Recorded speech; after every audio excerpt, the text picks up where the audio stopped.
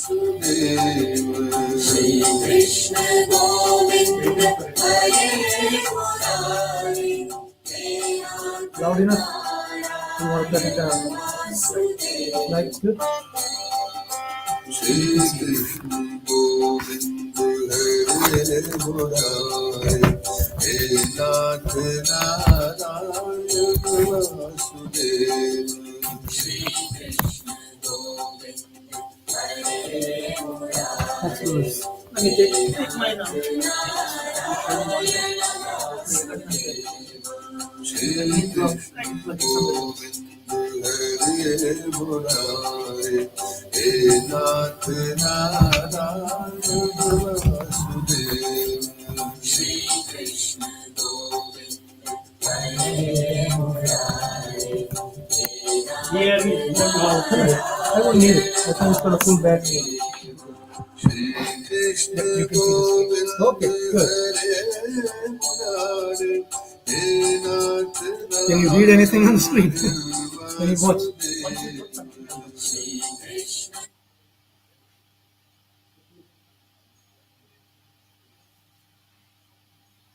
Or do we need to zoom in?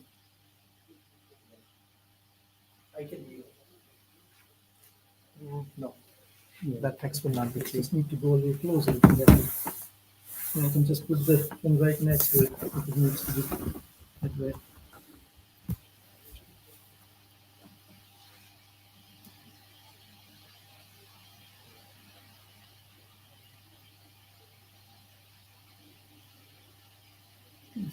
If you make it a full screen, you probably might be able to read it. Yeah. Yeah, I Yes. think you can read it. Yeah, now you can read it. Yeah.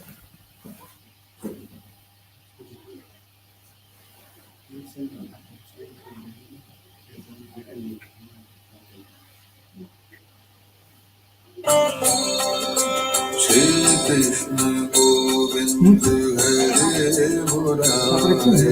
He Nath Narayana. I think it's on. It's live. It's on the screen. Shri Krishna Govinda Hare Murari. He Nath Narayana Vasudeva. Shri Krishna Govinda Hare Murari. He Nath Narayana Vasudeva. Shri Krishna Govinda Hare Murari. He Nath Narayana Vasudeva. Shri Krishna Govinda Hare Murari. He Nath Narayana Vasudeva. Shri Krishna Govinda Hare Murari. He Nath Narayana Vasudeva. Shri Krishna Govinda Hare Murari. He Nath Narayana Vasudeva. Shri Krishna Govinda Hare Murari. He Nath Narayana. Okay. I guess this is it. We'll start. आजा मगन में आजा आपको.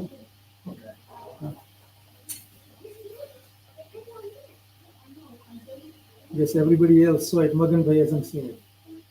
So just to recap from 6 weeks ago, we are covering the topic Brahma Jiva Maya, trying to understand what is Brahma, what is Jiva, what is Maya, how are they connected. Depending on how we narrate it, will dictate what kind of sadhana happens. Will dictate what kind of do's and don'ts you follow. And then it'll end up in that kind of enlightenment.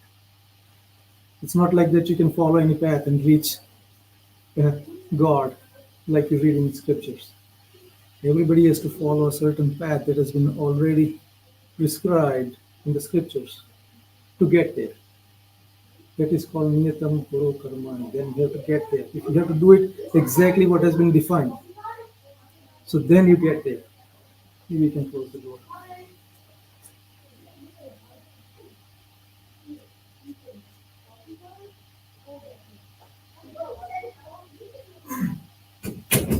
So we saw what Maya is. Maya is Bhagwan's Shakti.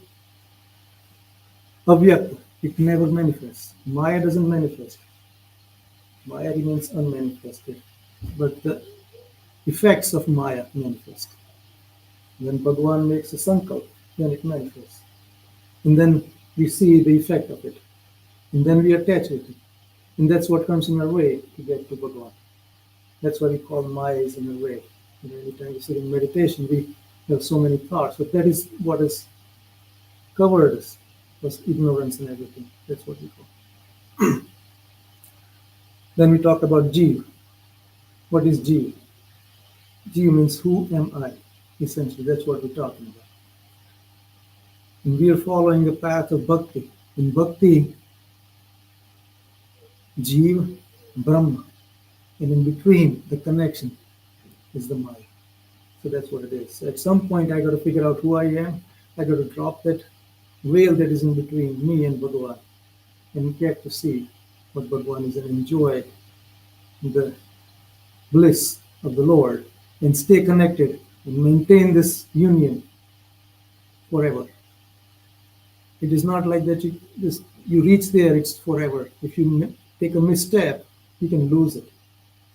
So you have to maintain it. That's why Bhagavan says in the Bhagavad Gita, Yoga Kshamam Vaham. I'll get you there, but I'll also help you maintain what you've gained. So that's what we're trying to do. So today we'll cover Brahma. So what is Brahma, or who is Brahma? So then if you open Brahma Sutra, it starts with this one, Athato Brahma Jignasa.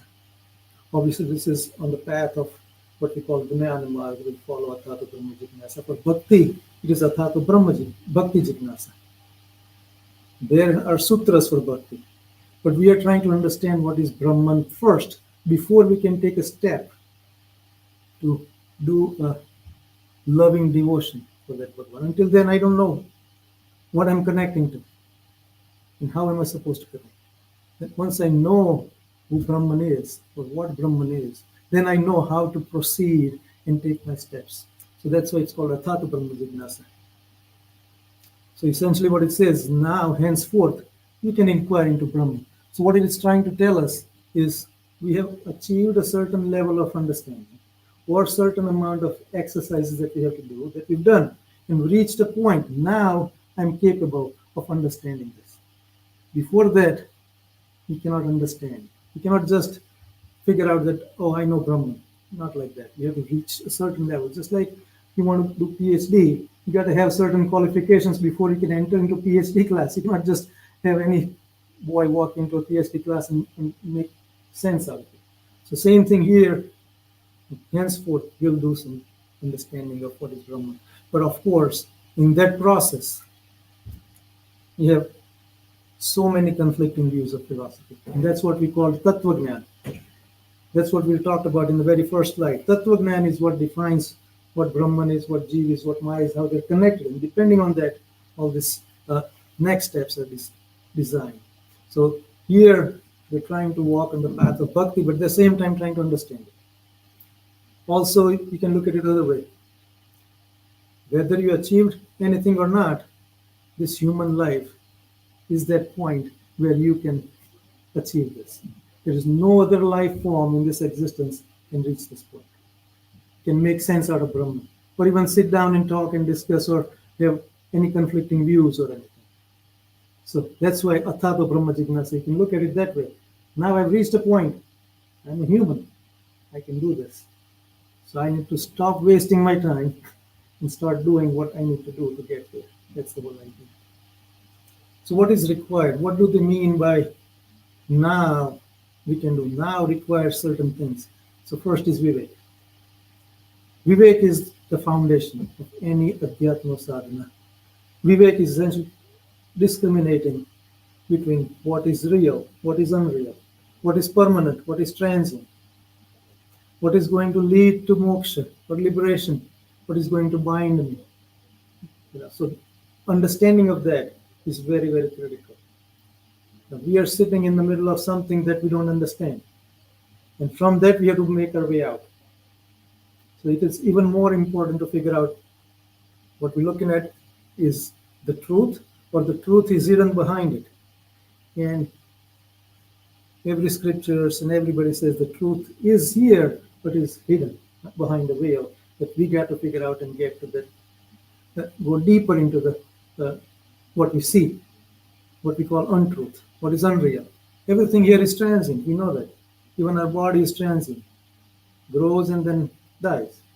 So body is also transient. So we have only limited amount of time before we can achieve this. So that's why this is even more important, that I gain this understanding sooner than later. And better I'm at discriminating between real and unreal, I have a better chance to get there. So vivek is what is required. Next is vairagya. Vairagya essentially is, we have attachment into what we see, what we connect with, including our body, mind, intelligence, everything we have attachment. Our family, work, the place we live, the house that we live in, the country, it's just everything we have attachment to it. And vairagya is renunciating, giving up all those attachments and becoming free of all those attachments so that we can take the next step and go forward. Essentially, anything and everything we do, every action generates a fruit, whether you like it or not. It's just like a business. You open a business, you start doing the business. You don't know whether it's going to be profitable or it's going to run in loss. But you got to take both to be able to gain through it and go and move forward and make something out of it.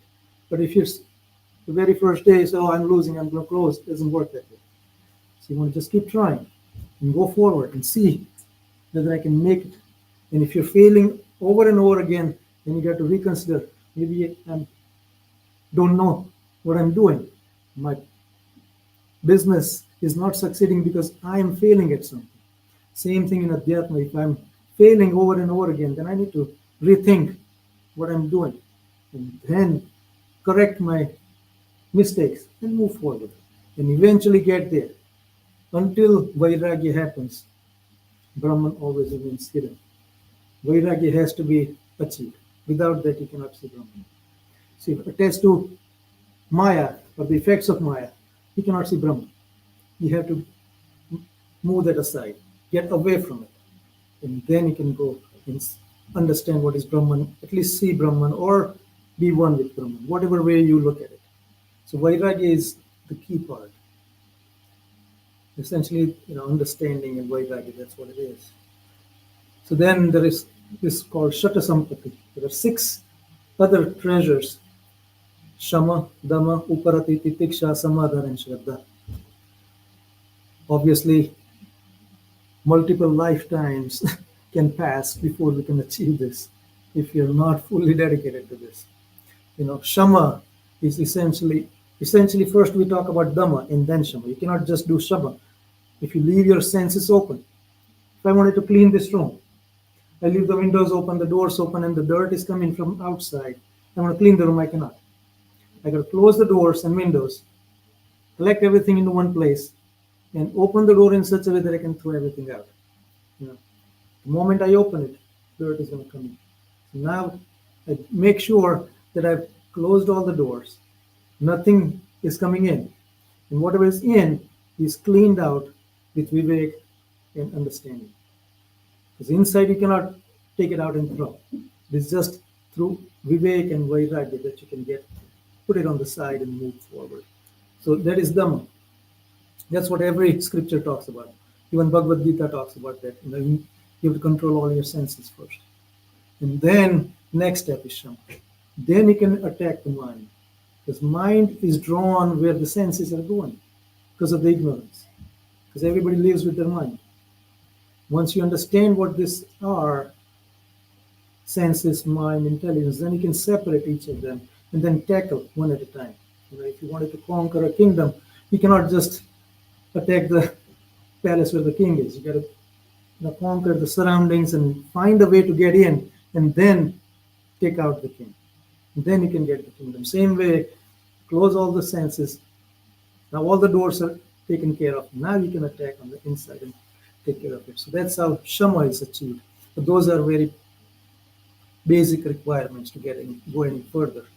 And uparati is essentially giving up all the worldly desires,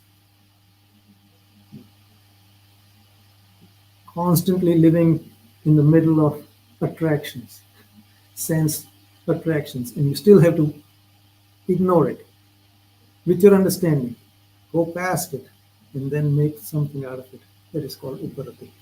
Then titiksha, even though what you're doing, you still will come under circumstances that you may not like, good or bad.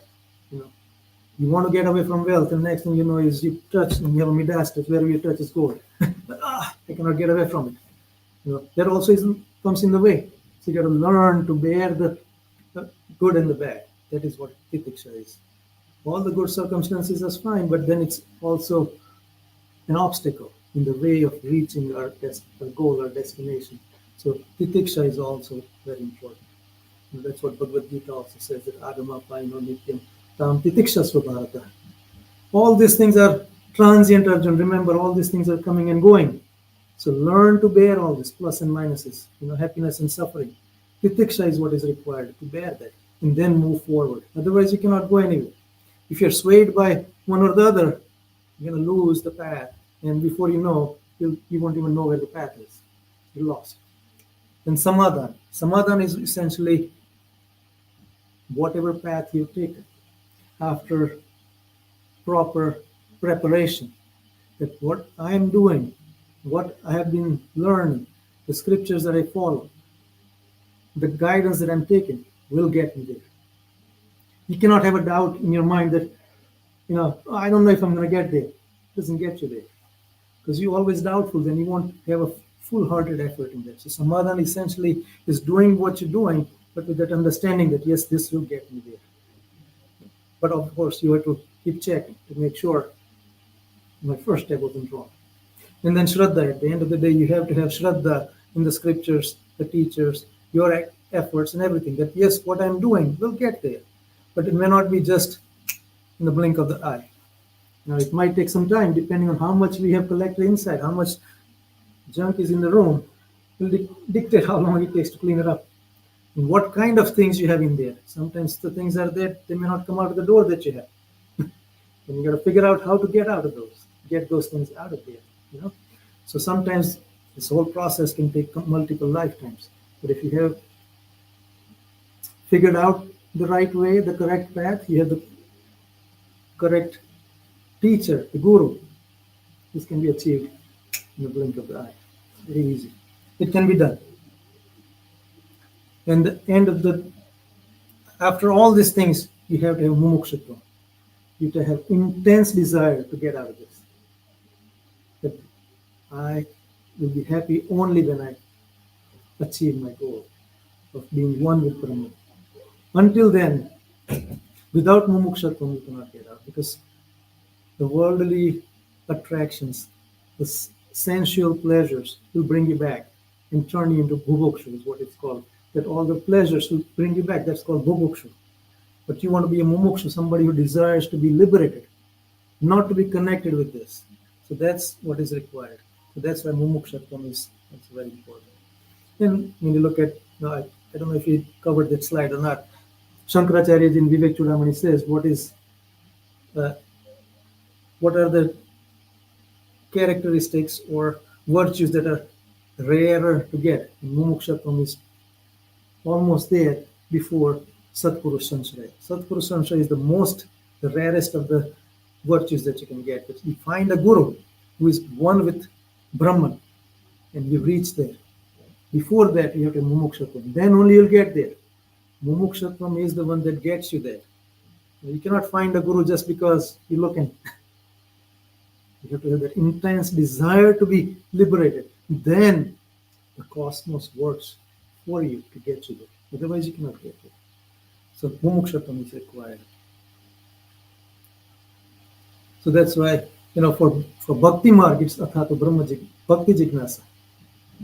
In Bhakti Marg, obviously these are not prerequisites. Anybody can walk in here and sit and look at the idols, the deities. And if they have mumukshutvam, they'll intense desire and the faith, then these things will start dripping into them. They'll start coming. It'll happen. But you have to have that mumukshapam to get there. But that'll bring you here. And you have to have that understanding. This is my only chance as a human.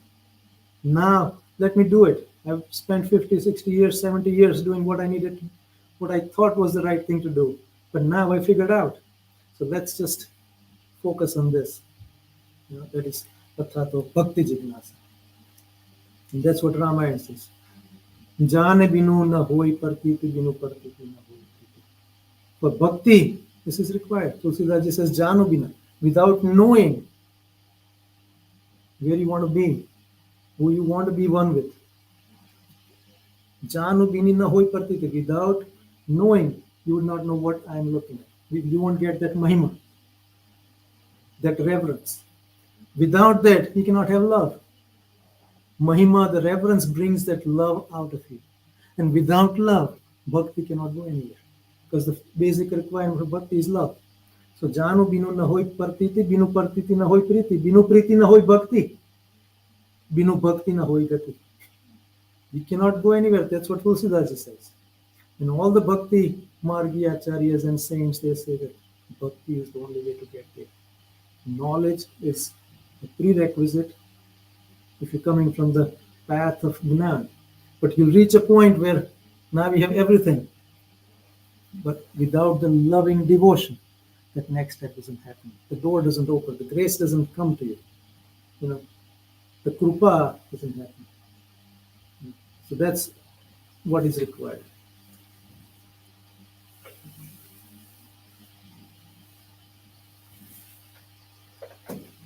So now, okay, now I have done what I needed to do. There are several different paths. What is going to be my experience? Everybody talks about experience. That experience is what it is. Belief is secondary. Without experience, it is no good. So what is going to be your experience? You've done all this. You've started on the bhakti path. But on the very first slide, we said how you narrate, define Brahma, Jiva, Maya will dictate what you will experience. And that's what the scriptures are saying. So we'll go through three scriptures, Bhagavad Gita, Ramayana, and Bhagavad. This is what we're relying here. That's what we talk about mostly here. So Vedas is our foundation. So what does Veda say? And that's what we're looking at. So Jaki Rahi Bhavana Jaisi Prabhu Murat Dekhi Tinapesi. That's what Ramayana says. This particular chopai comes when Ramchandraji and Lakshmanji walk into the palace where there is going to be the bow is going to be broken. They walk in and everybody's sitting there, including the kings. Janak Raja is sitting there, the ones who have come here to try to break that bow. Sitaji is waiting. The parents are waiting. Everybody's looking at it. And at that time they walk in. But everybody's connection with Ramchandraji is different. It depends what is going on inside of them. That's how they perceive Lord Ram. That's what it is saying.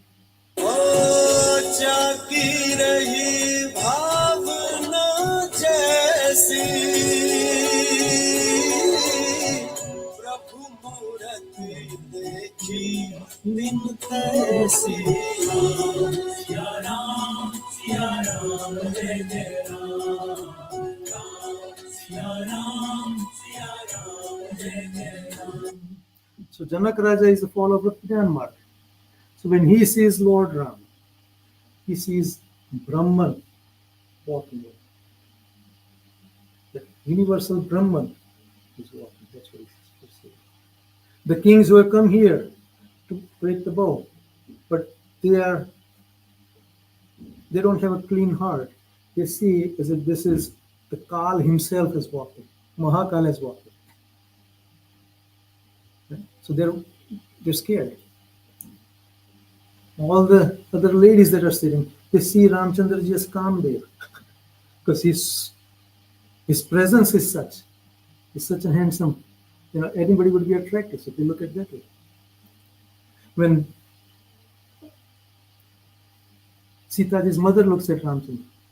She sees him as his son. Sitaji looks at Ramchandra. Tulsidas ji, I cannot describe that feeling. That is beyond my ability to describe. So those are the chopais that are going. There are 5 or 6 or 8 chopais right following this to explain. This is how everybody's feeling in that room. Everybody's worried.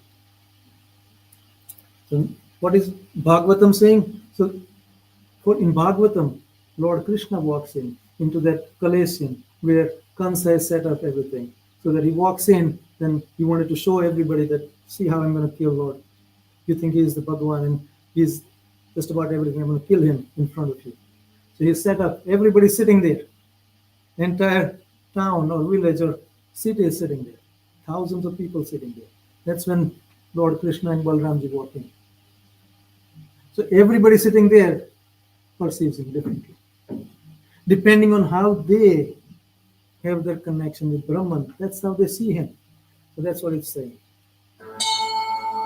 Mallanam ashanirnrunam narabarastrinam smaro murtiman Gopanam svajano satam shridibujam shasta svavitro shishuhu Mrutyurbhoja pater virata vidusham tattvam param yoginam Vrushnīnām paradevate dividito rangam gatasagrajaha. What he's saying is the various groups of people in the arena regarded Krishna in different ways when he entered with his elder brother. The wrestlers saw him as a lightning bolt, and we cannot fight him, he's going to kill us. Take him out. The man of Mathura is the best of the males. This is the person that we're looking for. You have some role model. Women as Kamdev. Cowherd, see, that is relative. This is our relative. The impious rulers, they know that is a chest tighter. He's going to beat the heck out of us and kick us out of here. His parents as their child, the king of the Bhojas as death, unintelligent as the Supreme Lord's universal form. And the yogis as the absolute truth. And the Vrishnis as the supreme worshipping beauty. So everybody, depending on their own internal state, they see Bhagavan just as that. So we come here, that everybody walks in with a different state of mind, and then their perception, their experience is different. So we have to prepare ourselves, make it clear, what do we want? How do we want to be in this group? What kind of experience do I want?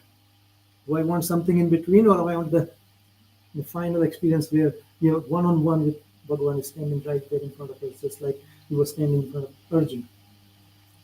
Just like that. Srimad Bhagavad Gita. स्वयमेवात्मनात्मानं वेत्तत्वं पुरुषोत्तम भूतभावनभूतेश देवदेव जगत्पते. What Arjuna is saying is, nobody can know who you are. Only when you show your form, or you want to come in front of them, that's only when they can know who you are. Otherwise, you can come up with your own ways of deciding, he's like this, he's like that. But no, you cannot. Sorry, my brother wanted this way. Okay. So that's why he's saying, this is in 10th chapter. If you read 10th chapter and then go into 11, he's already enlightened. Arjuna is already enlightened at that point. From the 9 chapters that have come through, he's already got the knowledge. But now he wants to see, I want to worship you. Where do I find it? Then he gives Arjuna the 81 different ways that he can connect. In 10th chapter, he says, my forms are innumerable, infinite. This is just a sample of it. Then he says, if you had not shown me this, I would not have known it. There is no way I could have reached this point on my own. There is no way. And Arjuna represents us. He's telling us, nobody can get there. Work hard to get the grace. When the grace, the door of the grace opens from the other side, then you'll be able to see what it is. And then you'll realize the majestic. Otherwise, you cannot bear that majestic form. So that's what all the scriptures are telling us. So this is the foundation of going forward, trying to understand Brahman, that this is what I'm going into. If I don't take care of myself here in my heart, I'm not going to get the full experience that Vedas are talking about, Bhagavad Gita is talking about, Bhagavatam is talking about, or Upanishads are talking about. I might fall short, but if I follow the prescribed path with a guru, I'll make it. So let's start trying to understand what is Brahma. Brahman is what we hear in English. Obviously, this is how we read in Sanskrit, Hindi, Gujarati, whatever language. Brahma. Brahma word is used, like we talked about in the first session. It is used for Maya also. It is used for Jiva also. It is used for Bhagavan also. So now, at what point that word is used, in which way, in which context, dictates who they're talking about. But these are the different names that we have to that we come through. Depending on my own internal makeup, this is where I will connect. Jyoti. So the ones who walk on the path of Gnan, they'll come to a point where they only see light. That's it. It is their end point. So you follow Yoga Marg, they'll say, you reach a point. That's it. You're done. This is it. This is moksha. So that's what Jyoti is. So, but in the scriptures, when you read the word Jyoti, they're talking about Lord Krishna. But depending on how the seeker is coming, we perceive that. Nirgun, Niranjan, Ishwar, Parmeshwar, Narayan, depending on what path we're following and how we have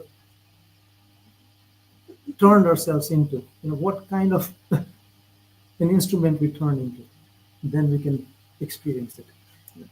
He is the Turyapad. This is the word that we read a lot, Turyapad.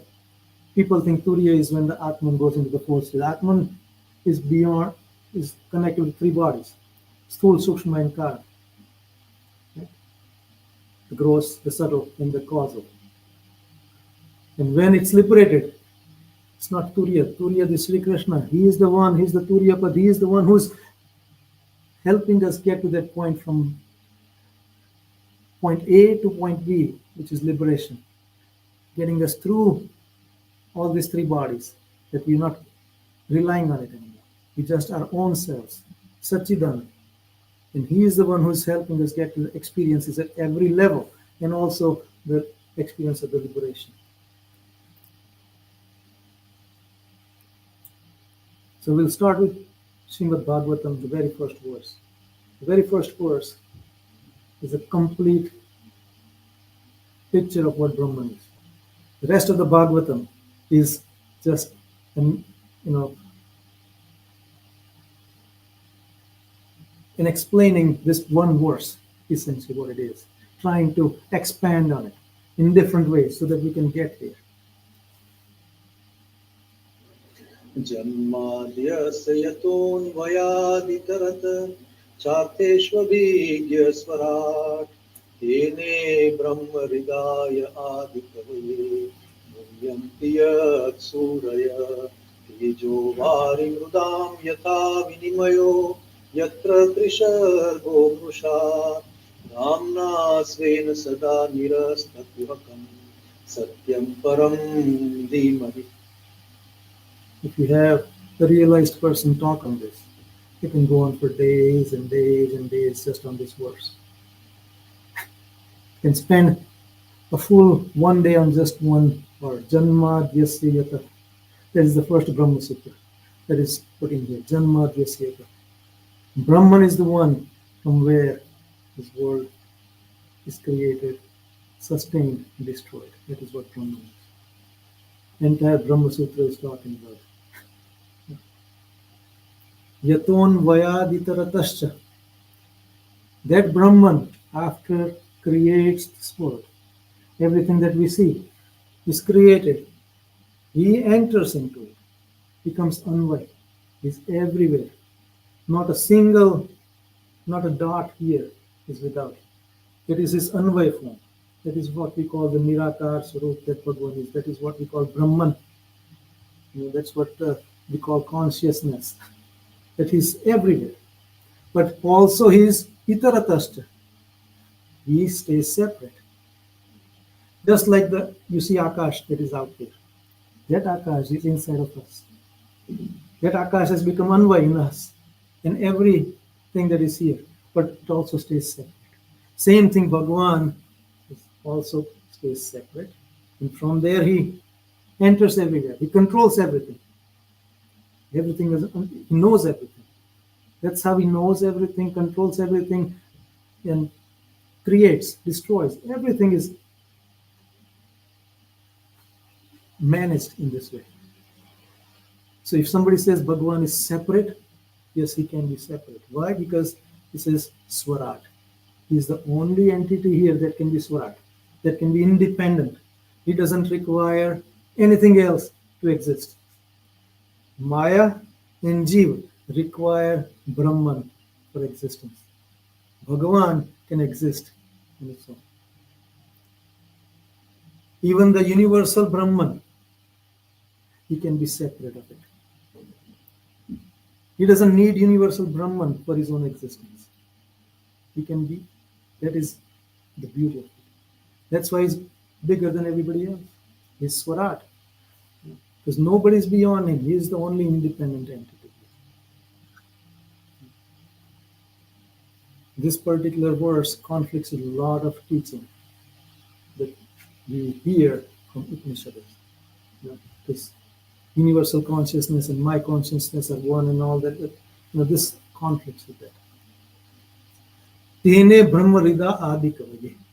That particular Brahman that we're talking about, he imparted the knowledge to Brahma to create what we see here. He entered his heart, and inside of his heart, he imparted this knowledge. It's not like sitting in front of him talking. He enters through the Brahmarandra, enters in and turns the chakras around. And from there, the energy starts rising. And when it comes out of his mouth, his Vedas. That is called the Vani. The Vedas come out. That's how the Vedas are generated. Vedas are eternal, immortal. They've been always there. But for us to understand how they came about, this is how they came about. Vedas are Brahmaji's breath. Right? So when we talk, it's the breath that is moving. So when Hiranyaksha and Hiranyakashipu came about, Hiranyaksha is the one who took the Vedas and went under the water, and Bhagavan had to come down to bring him out as the Varaha. So there's a lot of connections here that we have to understand, but this is trying to give us a complete picture of Brahman. Tene Brahma Adikave Muhyanti Yatsurya. Even though he imparts this knowledge to Brahmaji, Brahmaji gets disillusion by when he comes as an avatar. Brahmaji cannot figure out whether this is Brahman or what. Because he behaves in such a way that even though Brahmaji has all the knowledge, Brahmaji still also cannot figure it out. All the gods, demigods, they're placed in illusion. They will not figure it out. Unless he wants to show his form, they cannot. Even though they have that knowledge that was imparted by him. But they're connected with the effects of Maya. And under that effect, they lose that ability. So they still need Bhagavan to show his form. Tejo vari mrudam yatha vinimayo yatra trisargam busha dhamna svena sada nirastha. So how are they bewildered? So if you've seen Bhagavad Gita, Bhagavan says, Avajananti mam mudha manusham tanumasrita. People who are less intelligent or they're not reached that point, they're ignorant, they see me as themselves, just like a human. Yet I am not human. Maya doesn't exist in Bhagavan. Yet, when you look at him, you see Maya. Because we are covered with the veil of Maya, we are ignorant. When we look at him, we see Maya. So if we cleanse ourselves, then he cannot hide. So that's what he's trying to tell us. Just do what I'm telling you, then we'll reach a point where in Bhagavad Gita 6 chapter 30th verse, he says, once you reach that point, I cannot hide and the Bhakta cannot hide from me. It's vice versa. Bhagavan cannot hide, he can take any form. But this realized person, the saint, the sadhu, will figure it, will know this is Bhagavan. And when he does all this Manushya Charitra, they still can figure out this is just doing a Leela. This is not real. He's just trying to, play something and trying to fool us. But I'm not going to be fooled. Ignorant will get fooled. So they'll think, oh, this is just a human. Satyam Param Dhimai. That is the one Brahman that we meditate upon. I meditate upon Lord Krishna because he is the absolute truth. The primeval cause of all causes of creation, sustenance, and destruction of the manifested universes. He is the cause of that. He is directly and indirectly conscious of all manifestation. Anvayvyapirek. He is the independent because there is no other cause beyond him. He wasn't created by somebody else. He was always there. Nobody created him. There's nobody beyond him. You cannot take infinite regression and keep going and going and going and say, who was there before God? You cannot get there. Infinite regression is a fool's way to get there, essentially. It will not get you anywhere. It will actually make you Gnostic if you try infinite regression. You lose faith and you probably will lose the path of liberation. It is he only who first imparted the knowledge. He is the one who gave the Vedic knowledge to Brahmaji, and that's how we got the Vedas. By him, even the great sages and the demigods are placed in illusion. When he comes around and what he does, they don't know. Only the ones who really know him, once you're connected with him, they know this is Bhagavan. Vyasji, when he writes, he knows this is Bhagavan. Not every sage that was there at that time would have known that this is Bhagavan. Because that's the way he is. He likes to do it this way because he wants to weed out. He wants the real bhaktas to be with him. He doesn't want somebody who's going to be walking away, in the middle of the party. He wants somebody who's going to be with him all the time and with reverence, not just because. So that's how he weeds out even the demigods. As one is bewildered by the illusory representations of water in the fire, land, seen on the water. Right? We see mirage. It's not real. Yet we see it. Same thing, we see the human form. Even though he is not a human, we see a human form. That is what is talking about. He's not human. He's not made up of earth, water, fire. Yet he looks like he's made up of earth, water. Even he sweats. He bleeds. He can do anything he wants to do. He's beyond our understanding, beyond any cause. But that's what bewilders everybody. And they think, oh, he's, so in Mahabharata, when Bhishma Pitama was throwing the arrows, he actually bleeds. So people who didn't know, he's not Bhagavan, he's human, he's bleeding. He can show anything and everything,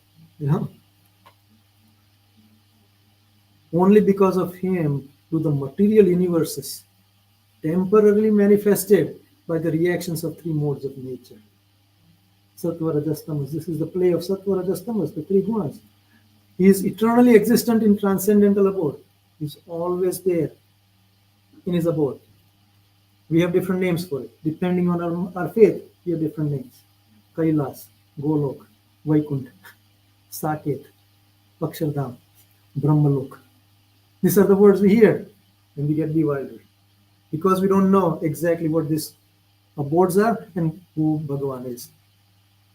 And we fight amongst ourselves. No, this one is bigger, this one is bigger. Or they're all the same. Not knowing what the scriptures are telling us. Why? Because we haven't been to the realized good. That's why. Otherwise we would have known. Which is forever free from illusory representations of material world. There's no Maya in it. Those abodes don't have Maya. He's free of Maya. Even though Maya resides in him, in the Pralaya Avastha, Maya doesn't affect him. We get affected by the actions of Maya. But in our real form, Maya cannot enter into us. Maya cannot enter consciousness. Always stays separate. But it can create a veil of ignorance to the point that we start believing that we are this or that. But Bhagavan can never be covered by illusion. Maya cannot do that. Maya cannot encompass Bhagavan in that illusion. So we go to Patanjali Yoga Sutra. Patanjali Yoga Sutra is part of the Yoga Shastra. Yoga Shastra does not believe in one Bhagavan who controls everything. Yet Yoga Shastra says Ishwar Paranidhatva. What it is trying to say is we can get to that point of thoughtless state by meditating upon Bhagavan's idol also. That is also, you can use that also. There are other ways, but you can use that also. But there is not one Bhagavan who controls everything. The end point of yoga is the thoughtless state. That is the moksha for them. That's it. There is no Bhagavan at that point. All those exercises is to get you to that point where there is a thoughtless state. That's it. And that is the end of it. Patanjali Yoga Sutra. All the Yoga Shastras talk about it. Yet, because they said you can use Bhagavan as one of the objects to get there, to meditate upon and get there, they describe Bhagavan exactly how he is. So these are the sutras that are there. क्लेशकर्म विपाकाशयैरपरामृष्टः पुरुषविशेष ईश्वरः तत्र निरतिशयं सर्वज्ञबीजम् स पूर्वेषामपि गुरुः कालेनानवच्छेदात्. He is one being that is free from any afflictions. No klesha. Karma doesn't touch him. Karma is his Shakti. So karma doesn't affect him. No fruits of action. He's beyond all that. Or any impressions. There's no causal body. He is one Purusha Vishesha Ishvara. Meaning he is a form. He is a form. Just like a human. He is like that. He is the source of all the knowledge. We know certain things. We have some sarvagnata. We know computers. We can get in, change the codes and everything. We can design AI. We do have that ability. But our ability is limited. His abilities are beyond any limits. He has no limits. Tatra niratishayam sarvagya bijam. He is such that he is beyond all that. He knows everything. He is the teacher of even the ancient teachers. Sarve sa purveshamapi guru. Any teacher that has come around in this existence is the teacher before that. He's everybody's guru. Kalenan avchedar. He is not limited by time. He is beyond time. Meaning we cannot say that he was here and then he was not there. He was always there. He's beyond time. The other teachers were here one time and they are not here anymore. Bhagavan is always there. He's beyond time. It's always there. So that's what Patanjali Yoga Sutras say. And when you do Vishnu Sahasranama, this is the 9th name. Om Putatmane Namaha. This is exactly what it means. Putatmane Namaha means this. If you read certain versions of, they have explanation of every particular name. Certain version says that he is one who is liberated because of his actions. Nope. Absolutely not. He is beyond all that. Actions don't touch him. That's what Putatmane Namaha means.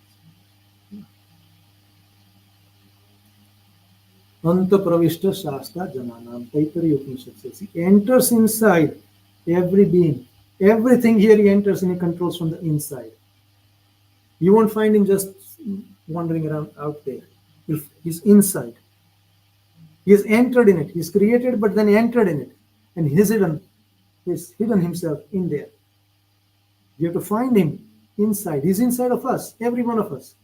You got to find him where he is.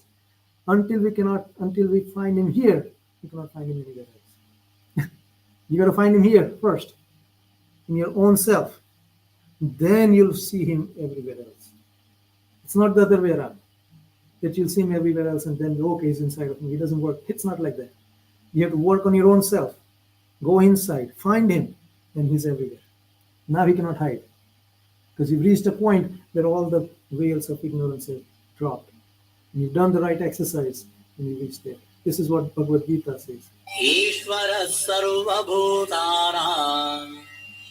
हृद्देशेऽर्जुन तिष्ठति भ्रामयन् सर्वभूतानि यन्त्रारूढानि मायया. So Ishwar Sarva Bhutanam Hriddeshe Tishtati. He's inside of us. That's why it's called Hriday. The word Hriday comes from that because he's sitting in there. Hriday doesn't mean something. Hriday means, the word Hriday came about because he's there. That's why it is called the Hriday. This is what Chandogya Upanishad says. What is the meaning of Hriday? It is his place of dwelling. That's why it's called Hridayam. And that's inside of us. That's where we have to go and find him. He is inside and he controls us from the inside. Brahmayanti sarva bhutani yantra rudani maya. Just like a potter makes a pot. You know, on the chakra of Kal, with the karma's stick, with the use of Maya's 24 tattvas, the Upadan Karan, creates these bodies and gets the jivas to come here and figure out a way to get themselves liberated. So that's what the yantra is. And he controls it from the inside. He knows everything that we do, everything we think, everything we speak. Even before we know it, he knows it. Even before a thought arises in us, he's known already that what is coming. He's already there. He's watching it. He controls everybody. Anything and everything that moves here or that doesn't move, he controls it. He's inside of it for everything. The Mundak Upanishad says, Aksharat Parat Pararat. So there is Akshar, which is called the universal Brahm, is called the Akshar. He's beyond that. That's why he's called Aksharatit. He's Aksharatit. He's beyond Akshar. That's what Mundak Upanishad says. Chandogya Upanishad, Sarvam Khalvidam Brahma. Everything is Brahman. Tad Jala Niti Shanta Upasita. So everything is Brahman. Realize this and meditate on that fact. But on the face value, if you take it, it's just like earth, water, fire. But he's inside, he's hidden himself. So you got to go inside and find him. That's what Arjuna says in 11th chapter. Sarvam samapnoshi tatosi sarvam. You're inside of it, every single thing here that exists, you are in there. And that's why everything is called Brahman. This is all Brahman. Why? Because you're sitting in there, that's why. And Atman is sitting in here, that's why I'm called what I'm called. The moment Atman leaves, this is not that entity. This is different. And when I say Maganbhai, I'm not calling Maganbhai this body. It is that Atman that sits in here that is recognized as Maganbhai. Because that's the form that he has taken. But once he leaves, he's not Magan. That Maganbhai is gone. Because Atman has left. He's inside of it. He's everywhere. And that's what Brihadaranyaka Upanishad says. Yasya prithvi shariram, yasya apaha shariram, yasya tejaha shariram, yasya vayuhu shariram. Yet, yah prithvi mantare sancharainyam prithvim navedah. He's inside of the earth, but earth doesn't know that he's inside.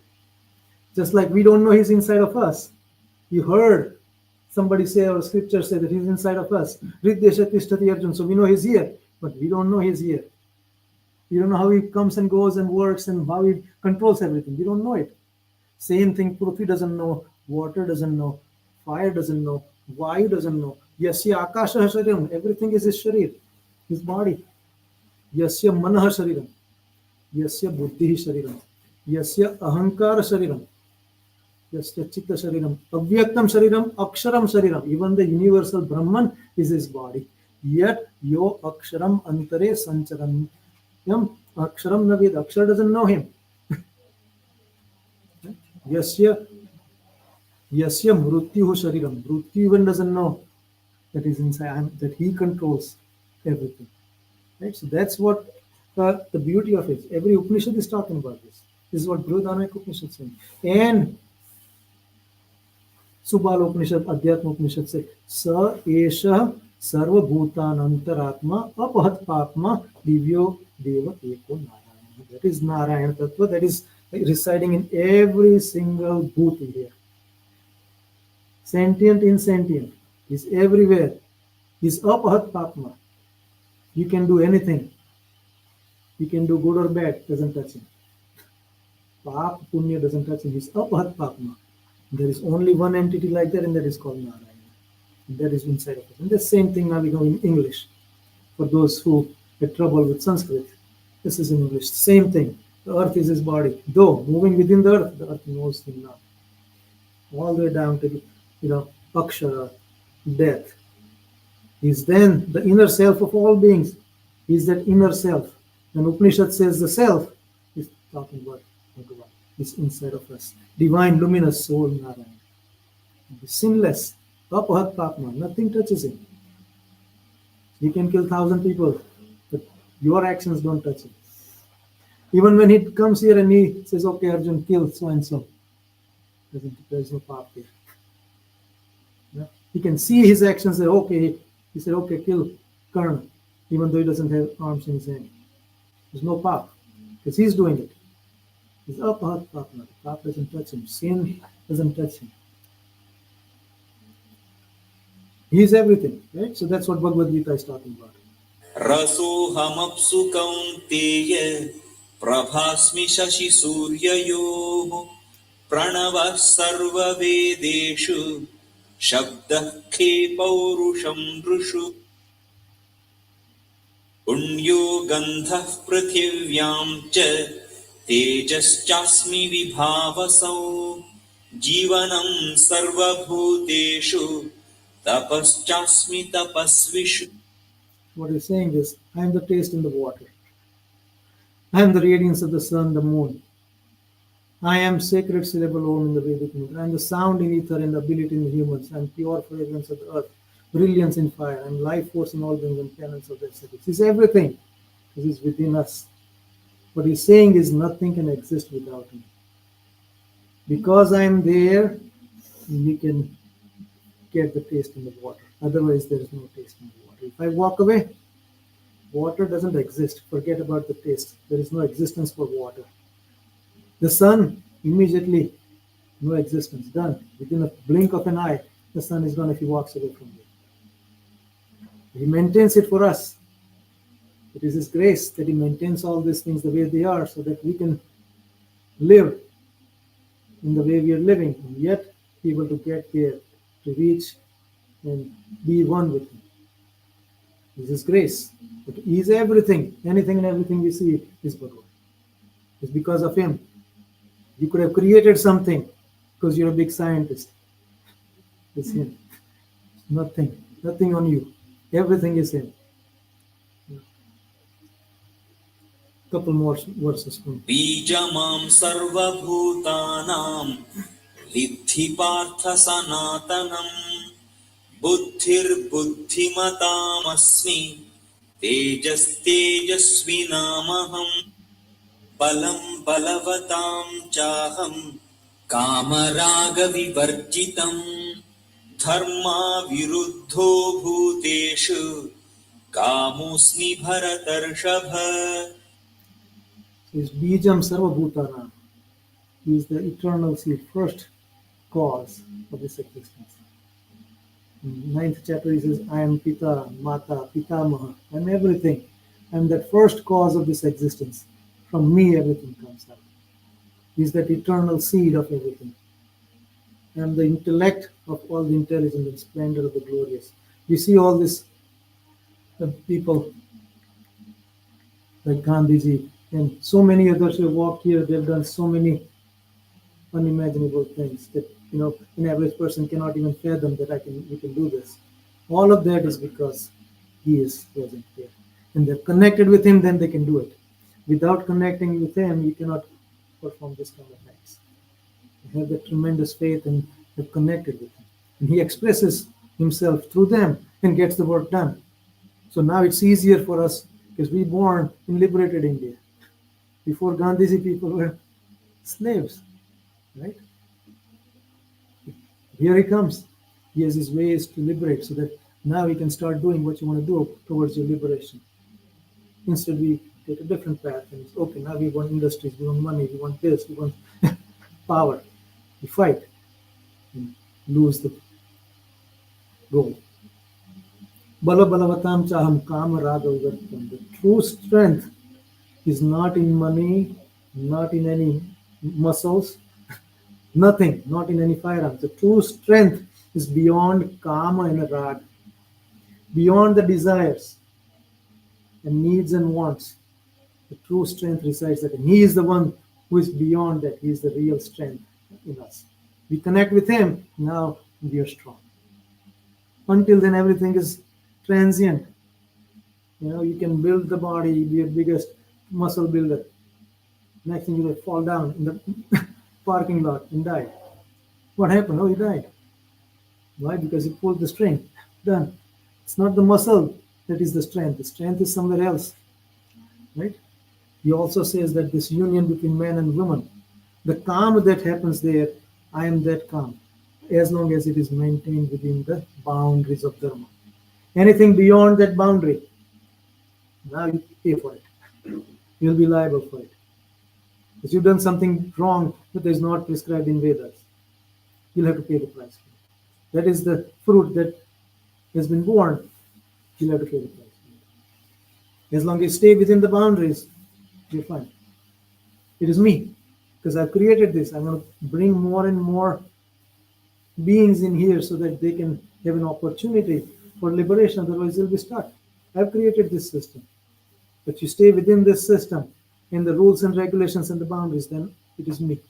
But you go beyond it and start having extramarital or whatever way, then you got to pay the price. And I'm not going to protect you. You'll be left up to the karmas. You'll have to pay the price for it.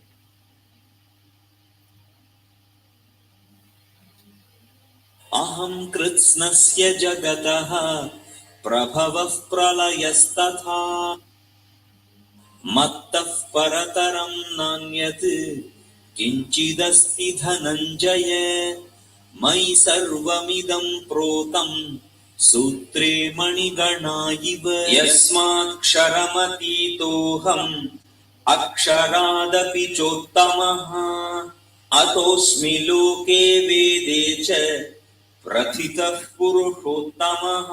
Essentially what it is, it's trying to tell us in different ways. It is me. Everything is me. I control everything. You don't have any control. So the sooner you realize that, and sooner you connect with me with that love and devotion, you'll be happy and be free. Aham Krishna Jagata. I am the source of this entire creation. And when everything dissolves, it comes into me. I'm always there. It comes and goes from me. Nothing is higher than myself. Mat param nanyat kinchidasya dhananjaya. There is nothing beyond. Right? Mayi sarvamidam protem sutre maniganaiva. You see all these things connected. The entire existence is hanging in thin air. Right? The universes are hanging in thin air. So what is controlling that? How are they hanging in there? He is the one. He is that thread that is holding all these beads together. We don't see the thread. We see the beads only. Right? Mala, when we take the rosary bead in our hand, you just see the beads. There is a string in there. The string breaks, the beads fall apart. Same thing, the moment he pulls his energy out of it, the entire existence is gone. Cannot exist. He's supporting everything. He's also saying that Yasmat Aksharam Matito Aham Aksharapi Chotam. I am beyond the Akshara. And Akshara. Akshara is something that goes and comes and goes with the creation. Something that is created, something that dissolves. That is Akshara. Akshara is something that never is dissolved, remains the same. I am beyond that. Right? If you say consciousness is there, I'm beyond consciousness. I'm that super consciousness. I control that consciousness. Consciousness is because of me. But depending on how you come about and how you narrate and how you put all things together and what kind of path you walk, That might be your only experience. You will not go beyond it because you have yourself created a wall of ignorance. That is the wall of ignorance, that he is just like that. That's it. You have to give up all that, then he himself will take you there, beyond Akshar. Because he's Aksharatit, and then you'll see him, how he is. And that's why he says, that's why Atosmi Loke Vedecha Prathita Purushottam. That's why in the scriptures you read that I am that Purushottam that is beyond that. Purushottam means not just a word, he has a form, he has the divine form. He's the divine form that is beyond the Akshar, that is formless. That's what he's telling you. And who Veda is telling us. And Loke is not just Prithvi Lok, Swargalok, he's not talking about anything. Loke means all the realized people tell us. Loke means all the realized people. Loke doesn't mean Prithvi Lok, Swargalok, Brahmalok, Satyalok, doesn't mean that. It means all the realized people say he is beyond Akshar and Akshar, he is the Purushottam. Vedas are saying the same thing. That's what he's saying. But this is all sitting in front of us in Bhagavad Gita, in all scriptures. Yet we fail to recognize. Why? Because for whatever reason we try to connect and find a different way to connect with him. It's simple. He says, this is simple. Just take it and then follow the path I prescribed and you'll get there. So many have reached there. We can get there, but we got to put the wholehearted effort in it. We all want to be Narsi Mehta, Mirabai, but we cannot get there. Why? Because we're not putting 100%. Our effort is divided. 5% here, 5%. Just like, your portfolio should be divided, hedged. So if the market falls, something goes up, something goes down, you don't lose the value. That's what we're doing.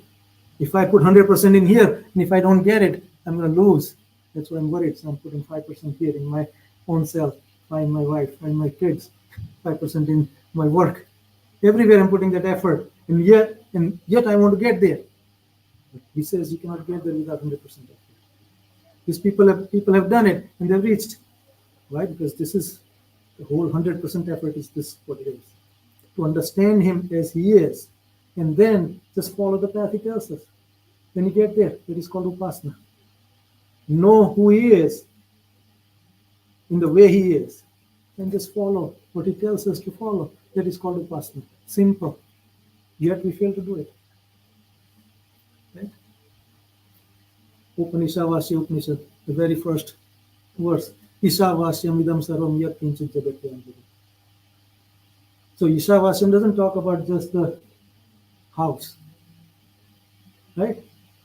The house is just a structure.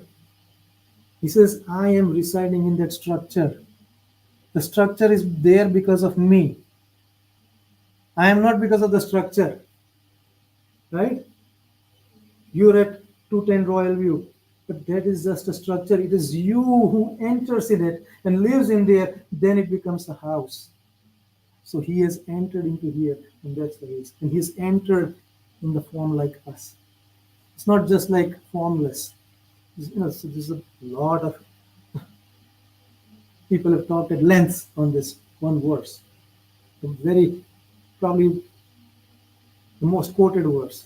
Isavasyam saramidam sar yatkinchit jagatyam jagat. He's everything. Everything that moves and moves not is inhabited, pervaded by him. Only 12 verses or 16 verses in this Upanishad. Isha Upanishad is a very small Upanishad, but full of his majestic glory from the very first verse itself. Every other Upanishad you can say they talk about give up everything, don't do anything. Isha Upanishad says do the karma. Like I tell you, karma will get you there. But do it the way I tell you to do it. Ananta viryamita vikramasvam sarvam samapnoshi tatosi sarvaha. Arjuna has seen who he is because he presented his Virat form in front of him. And then this verse comes out. I see who you are. I see you are present in everything that moves and doesn't move. You're there. That's why it's called you. Right? This body is called you because you are in every little cell of it. That's why this body is you. The moment that Atman and the Prana moves out of that one particular cell, that cell dies. That is what we call gangrene. then you have to cut it off.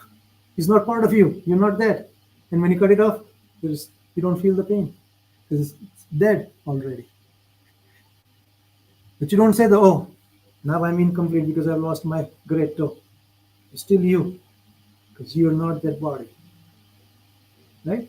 Everywhere. He's everywhere. The moment he pulls his energy, the thing dies. Same thing in this body. The pranas come out of that particular, because whatever the reason could be a crush injury, could be a disease, could be diabetes, anything. But just a simple injury like he has on his hand. If that starts dying, you gotta cut it off. Because once it starts dying, it can spread. The system is such. So cut it off, then you're fine. Right? He's everywhere. And that's what Arjun sees. That yes, you are everywhere. That's why everything is called you.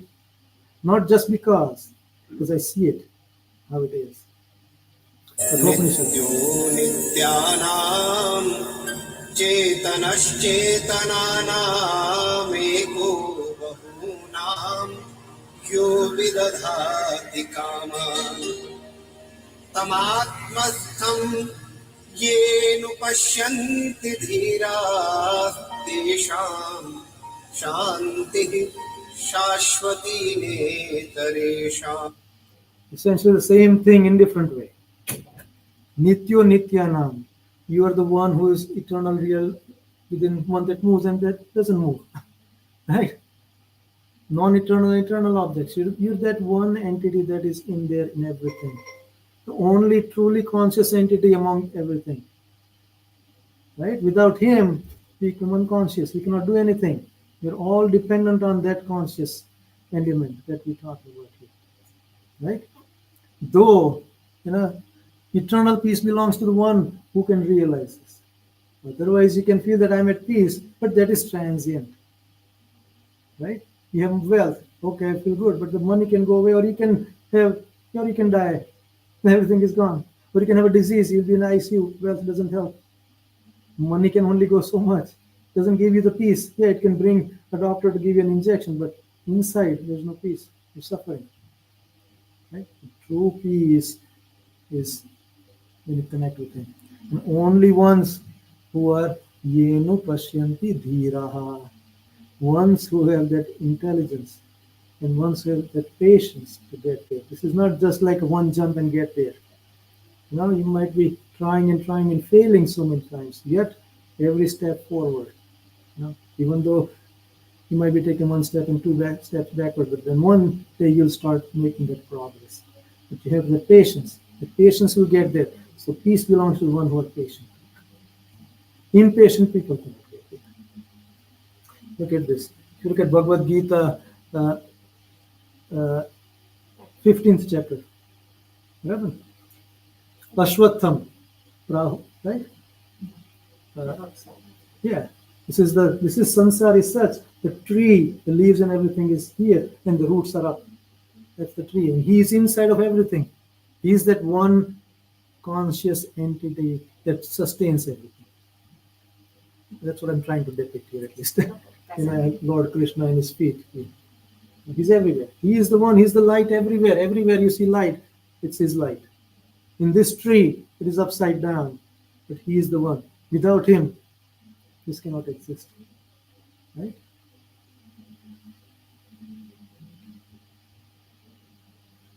There's a lot of Bhagavad Gita in here because Bhagavad Gita is so clearly stating this. But it's spread out over 18 chapters. So it's possible that in the middle of other talks and other verses, you can miss this. Here, त्रिभिर्गुणमयैर्भावैः येभिः सर्वमिदं जगत् मोहितं नाभिजानाति मामेभ्यः परमव्ययम्. the Maya has created this veil of ignorance. Three gunas are playing on us. The Atman is sitting inside, the Jiva is right there.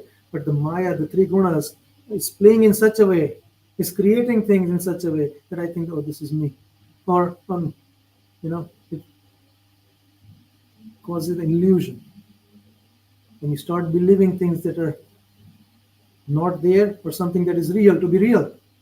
And what is real, you start thinking it as unreal.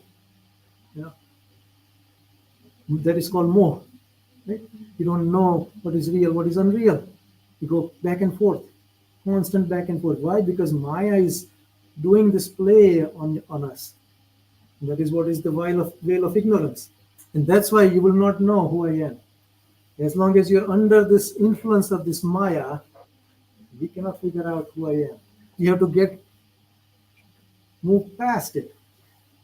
Put Maya aside, and then you can find out who I am. Right? अव्यक्तं व्यक्तिमापन्नं मन्यन्ते मामबुद्धयः परं भावमजानन्तो ममाव्ययमनुत्तमम्. Bhagavad Gita clearly states, universal consciousness is not my form. It is not my eternal form. Essentially, a lot of people believe that, right? And there are a lot of discourses happening on that consciousness. This is it. Here he says, the less intelligent think that I am formless. They don't realize that it is my form that has brought about this. My real form, I'm not formless, was always a personal form to begin with. This is how it was to begin with.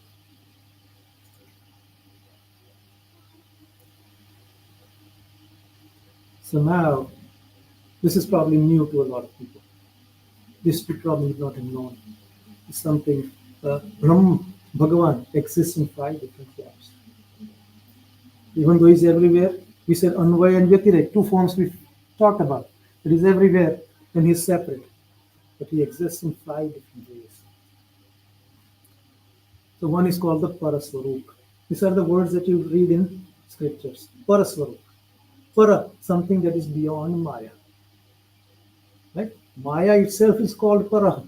When we looked at the definition of Maya in the very first slide, Maya Shankaracharya described as Para. Para is beyond. Maya truly is beyond all these gunas.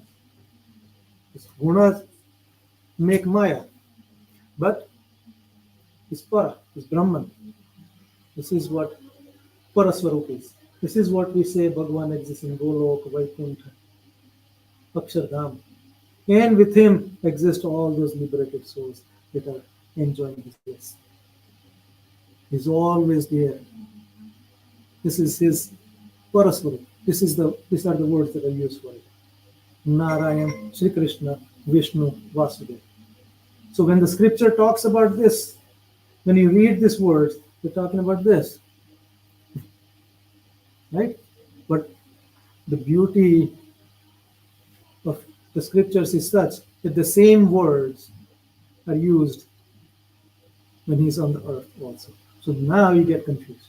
But that is for a reason, because the language can only go so far. Ignorant can only understand so much, and he wants to weed out the ignorant from the ones who truly are mumukshus and want to get there. The ones who are mumukshu will figure out the way and get there. He's not worried about that because he's laid that path. You know, it's like that boy and girl that got lost and dropped the breadcrumbs. Hansel and Gretel. It's like that. He's left a trail for us to get there. We just have to follow the trail and get there. That is called Paraswarup. Then he exists in what is called the Vihaswarup. When he wants to create this existence, that same Narayan now is manifested as this in 4 different forms. It's called Anirudh, Pradyuman, Sankarshan, and Vasudeva. This is how this existence is created. So Anirudh is the one who creates, bears the entire existence inside of him. Pradyumna is who sustains. Sankarshan who dissolves everything. And Vasudeva pervades everything and makes sure everybody has that ability to get to the liberation. He provides for that. You know, and out of Vasudeva comes these 3 forms. So it is the Vasudeva form through which these 3 exist. When the Vasudeva goes back, these 3 disappear. Can you say Vasudeva is the first one? No, that first Swarup is always there in that abode. He never leaves that abode. He's always there. But when he wants to create, Can that first Swarup come through Vasudeva? yes, he can come through anywhere. He doesn't have to come through here. He can directly come down. He doesn't have to follow the ladder. He can appear anywhere he wants to, in whichever form. but the names are the same. See, that Vasudeva, here Vasudeva. So what is the difference between this Vasudeva? Well, this Vasudeva is connected with the creation, the Maya. So now this is called Parvasudeva, this is called Apar Vasudeva. This is where Maya is. Maya is coming here associated. because now these three are here, right? Creation, sustenance, and dissolution. Mahabharata talks about this. In Shanti Parva of Mahabharata, this is all that is given. Yudhishthira is getting this knowledge from Bhishma Pitama. Shanti Parva is all that. And Lord Krishna is standing there. Because Yudhishthira is getting the knowledge from Bhishma. So he doesn't object to anything. Yeah, this is true. Because Bhishma Pitama knows exactly how it is. There are only few handful of people at that time who knew that this was Bhagavan. Right? Then comes the Antaryami Swami, that we call the Anvay. He's everywhere. That is called the Brahman or the Brahma or Nirakar. He pervades into everything. Right? From his abode, this is what comes out. Through his opulence, through his light, he pervades into everything. Because in earlier slides we saw when the Jeev we talked about, it is the Jeev that holds this existence, right? There are two Prakrutis. One is Apara Prakriti and one is Para Prakriti.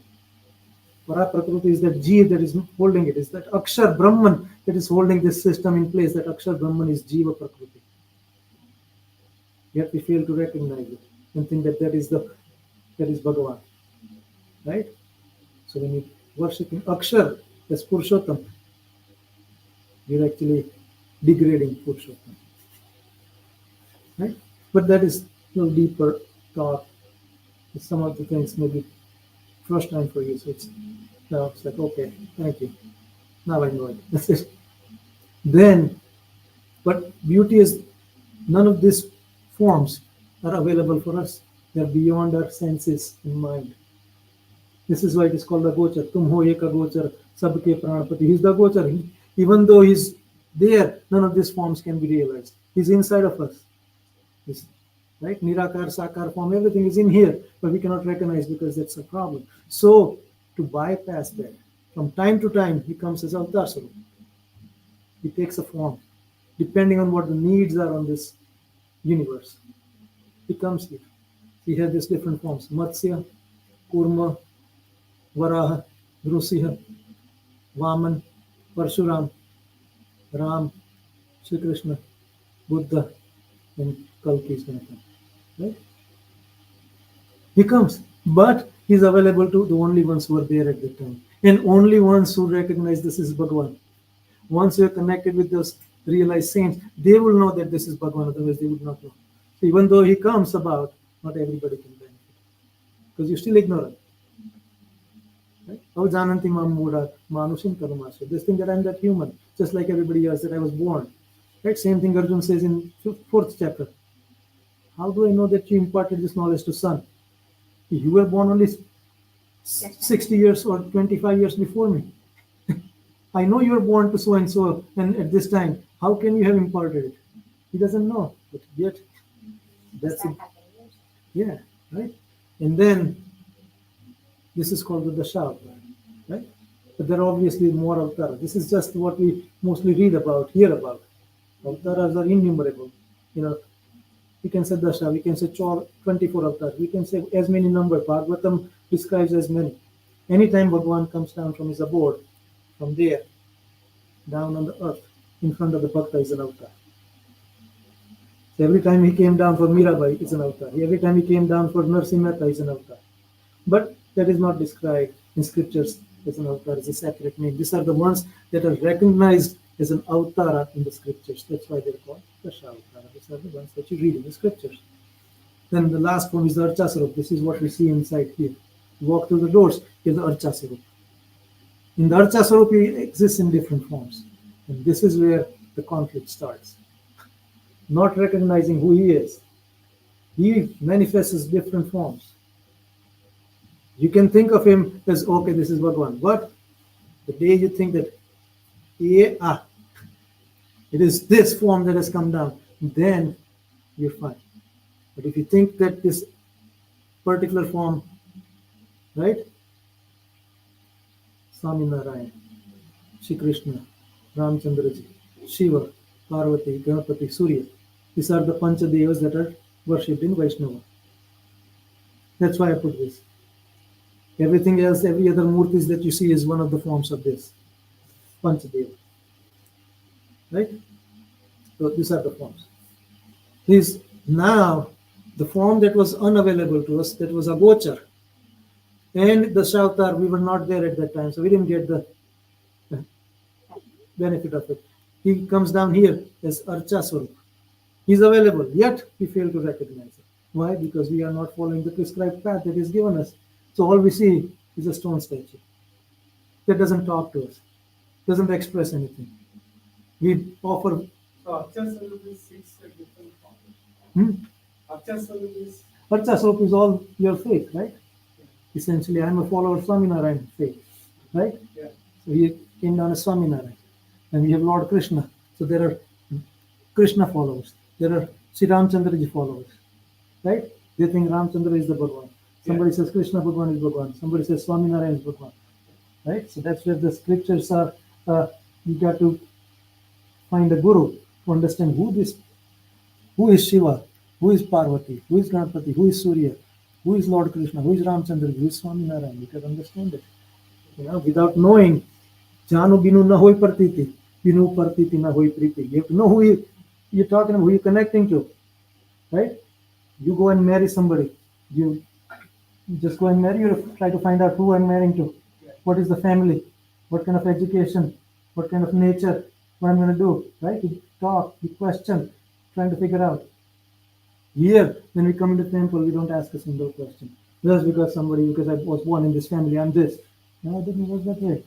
You're an independent entity. You want to get liberated? Figure it out.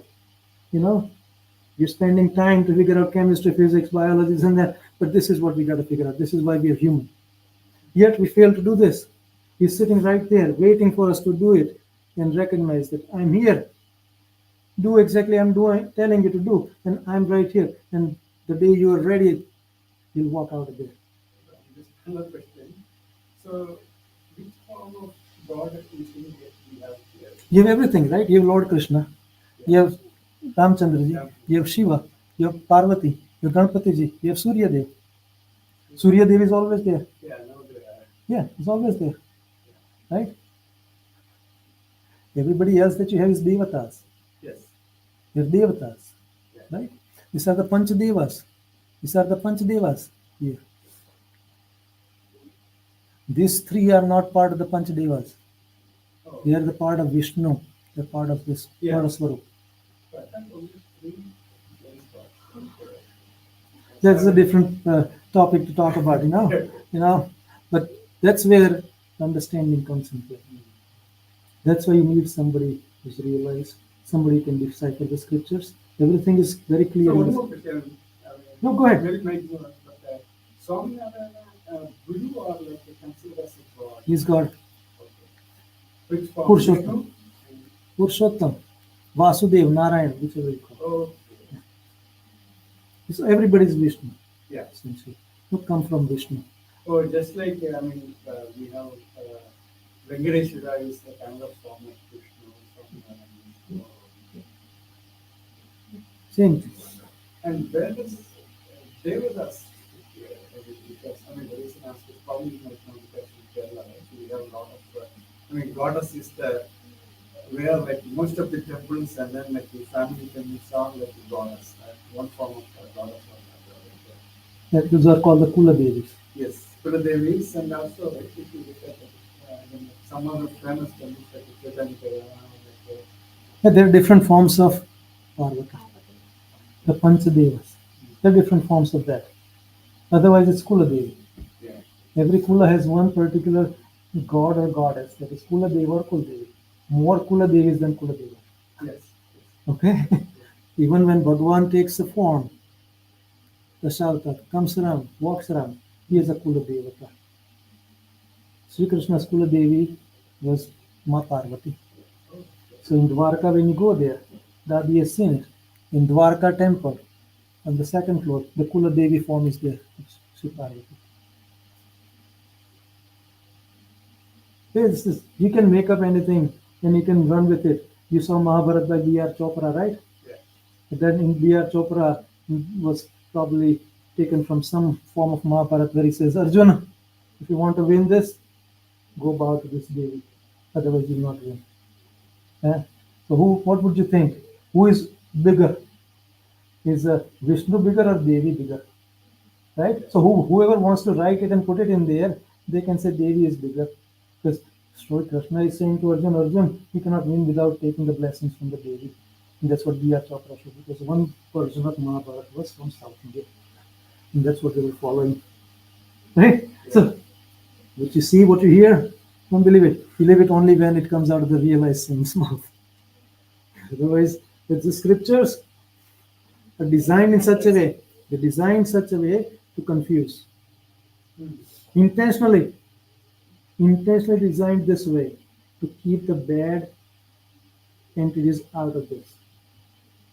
Even then they enter in there and they play with it, because the Brahmins got the Vedas in their hands and Brahmins started playing with it. And they are the ones who corrupted the Vedas. And they created all the problems. That's why Lord Buddha had to come down to stop all this killing that was happening from Vedas. It was all the Brahmins who did it, because nobody else knew what the Vedas were.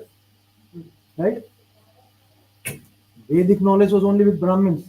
The Kshatriyas, the Vaishyas, and the Shudras didn't have it. They had to go to Brahmins. So now whatever the Brahmin tells, it's real. That is the truth. And that guy can cook anything depending on his personal gains. Right? Yeah. So that's where the problem happened. So that's why Lord Buddha came and threw out all the Vedas. Throw this away. We don't need this nonsense. And there are followers of Lord Buddha. They think there is no Bhagavan, there is no Atma, there are no Vedas, no scriptures.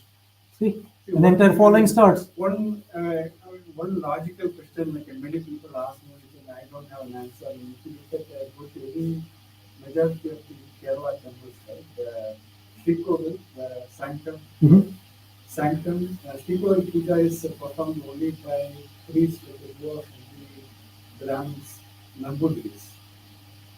Generally, others are not allowed. So, yeah. Many people ask me why. I never had a right answer. Yeah, because over the time, these Brahmins set a way to make money and benefit for themselves, that only we can enter, nobody else can enter. It's also symbolization. It also symbolizes that you have to be like a Brahmin to be able to go there and be able to serve this pure form. Brahmin is a symbolization of being pure, of purity. If you're not pure, you can be a Brahmin here and walk up the altar and do the seva, but inside you're not pure. But you are the appointed one. And a pure Brahmin from the community will not be able to walk there because he's not part of that hired Brahmin. Right? That's how it works. That's how this is all decided. But a true Bhakta, when they come around, Bhagwan doesn't wait for a Brahmin to come. He'll walk out of there and meet the Bhakta right there somewhere in the step. Okay, let's go and talk somewhere else. This place is not for us. And that's what happened. This has happened so many times in this existence in India. So many saints have said this. Right? When they walk, Bhagwan comes out of there. Places, all these places of pilgrimage, value, they're all messed up. We go to Dwarka, Narendra Modi is trying to clean up all these things. But before that, he could not go there. People will just, for money, give me this much money, I'll take you there. Right? You want to perform this right? I can only do it. Give me money. All money, money, money. Bhagwan is on side. You're pure. You just walk out. Okay, I'm here. That's what we're trying to get here. That's why this is important. The rituals are one something. Bhagwan is something different. He's not dependent on rituals. Rituals are necessary. Evil. But the purity of the heart is more important. When you reach that point, rituals are not needed. You don't have to follow rituals. Dharma is not there for those who are enlightened. Yet they follow Dharma because everybody else has to follow. Yeah? So that's what it is. So some systems have been set up by generations. Now they're there always, right? So much money comes to Tirupati Balaji temple. Do the priests have to do anything? They're inside, they're inside. Are they realized? Have they had the experience of Balaji himself? If you're there just making money, yet you cannot find your way to liberation, is it helping you or not? We have to figure out for ourselves that I want full splendor of Bhagavan. I want that. I don't want anything else. Hmm? So that's what we're trying to do in exercise. First, understand. Then, next step will be what do we need to do? How do we get there? I'm going to make it in my experience. It's not just that, okay, I read Bhagavad Gita, I read Bhagavatam, I read Upanishad, Ramayana, now I'm good. By being expert in the scriptures doesn't get you anywhere close to Bhagavan. He doesn't care about people who are well versed in scriptures. There's no value. He's like, yeah, that's okay, that's okay, that's okay. And the people who are illiterate, yet have pure heart and they're one with Bhagavan, he's willing to talk to them. Ramakrishna Paramas only studied for 2 grades, right? He was technically illiterate. 2 grades, 2nd grade only, that's it. He didn't go to school beyond 2nd grade. Right? So he doesn't care about all that. But in our society, we value this, oh, he knows everything, oh my God. Yet we might be sitting next to a person who is face to face with Bhagavan, talking with him, yet not realize that even though he doesn't speak a single Sanskrit verse, he's one with Bhagavan. And we're just reveling the Brahmins because they're reciting in Sanskrit. Right? Because that language is such that impresses. It's not just the subject or the scripture that you know. If it transforms you in from the inside, then it has the value. That's what we're trying to do here. Come to the temple, recite the same verse, but now you put aside your 3 bodies aside. Mind aside, intellect aside. I'm nothing. I'm just a devotee. And I'm here because I love you. That's it. That one verse is enough. So that's what I put in a lot of songs now from here on. You want darshan, right? This is what you say. Yet you cannot get darshan.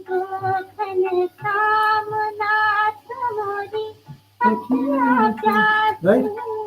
He exists in Parswarup to Archa Swarup, yet none of us can see him. We only see the statue. He's in darshan do, darshan do. He's asking us to do something here. He's willing to do that darshan.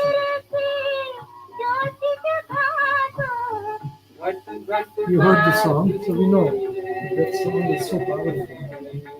You're everywhere, yet I cannot see you. The problem is me. He is available everywhere, he's not the problem. Something's wrong with me. Because he's made himself available anywhere you touch, he's there. I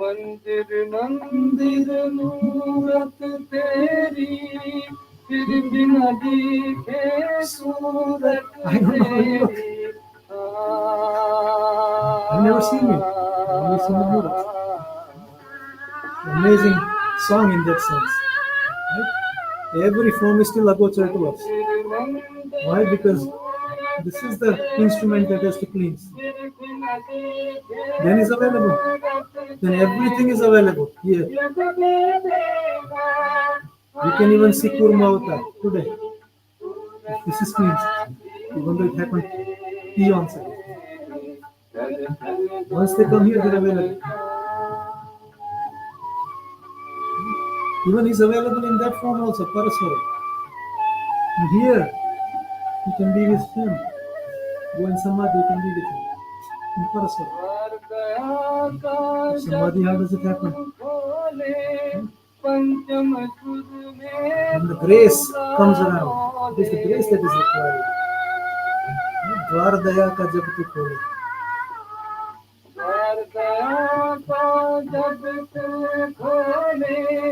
Pancham Surya Shankaracharya ji made somebody who did not have any right voice. talk entire Vedas. Even the saints can do it.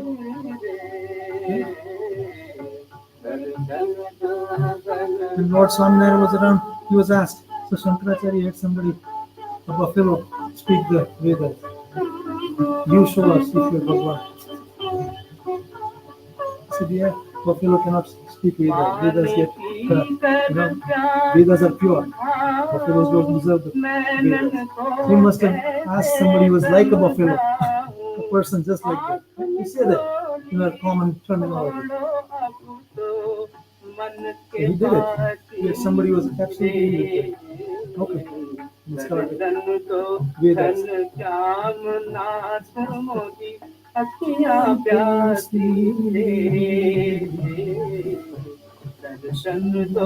Consider this as a bhajan.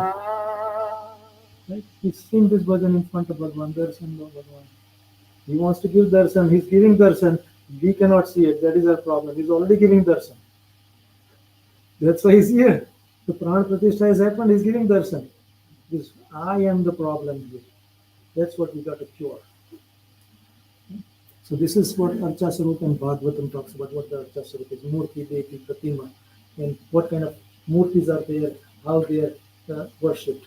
दारुमयी लौही लेप्यालेख्या च सैकती मनोमयी मणिमयी प्रतिमाष्टविधा स्मृता जलाचलेति द्विविधा प्रतिष्ठा जीवमन्दिरम् उद्वासा वहनेन स्तः स्थिरायाम् उत्तमार्चने अस्थिरायां विकल्पस्यात् स्फण्डिले तूपवेद्वयम् स्नपनं त्वविलेप्यायाम् अन्यत्र परिमार्जनम्.